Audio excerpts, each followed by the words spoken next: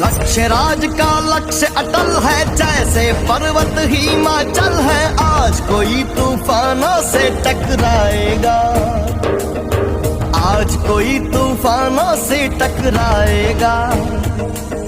राजतंत्र चाहे प्रजातंत्र हो, इस जीवन का एक मंत्र हो। इस दर से कोई मायूस नहीं जाएगा, इस दर से कोई मायूस नहीं जाएगा, इस दर से कोई मायूस नहीं जाएगा।